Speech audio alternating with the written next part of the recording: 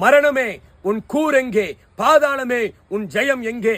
இந்த உலகத்திலே எத்தனையோ வல்லமையான ராஜாக்கள், ஞானிகள், மகான்கள் தோன்றி மரித்து அடக்கம் பண்ணப்பட்டார்கள். ஆனால் இயேசு கிறிஸ்து மாத்திரமே மரித்து அடக்கம் பண்ணப்பட்டு மூன்றாவது நாள் மரணத்தை ஜெயித்து உயிரோடு கூட எழுந்தார். இயேசு உயிர் தெழுந்ததினாலே தன்னை மெய்யான தேவன் என்று பலமாய் நிரூபித்திருக்கிறார். இயேசு கிறிஸ்துவை விசுவாசிக்கிற நமக்கும் உயிர்த்தெழுதலை குறித்து ஒரு பெரிய நம்பிக்கை இருக்கிறது. இந்த உயிர்த்தெழுதலை ஏதோ ஒரு பண்டிகையை போல கொண்டாடிவிட்டு செல்லுகிறவர்களாய் மாத்திரம் இருக்காமல், ஆதி அப்போஸ்தலர்களைப் போல, ஆதி அப்போஸ்தலரை குறித்து வேதம் சொல்லுகிறது, அவர்கள் இயேசு கிறிஸ்துவின் உயிர்த்தெழுதலை குறித்து பலமாய் சாட்சி கொடுத்தார்கள். பவுல் அப்போஸ்தலன் அன்றைக்கு இயேசு உயிரோடு கூட இருக்கிறார் என்று சாதித்தான் என்று சொல்லப்பட்டிருக்கிறது.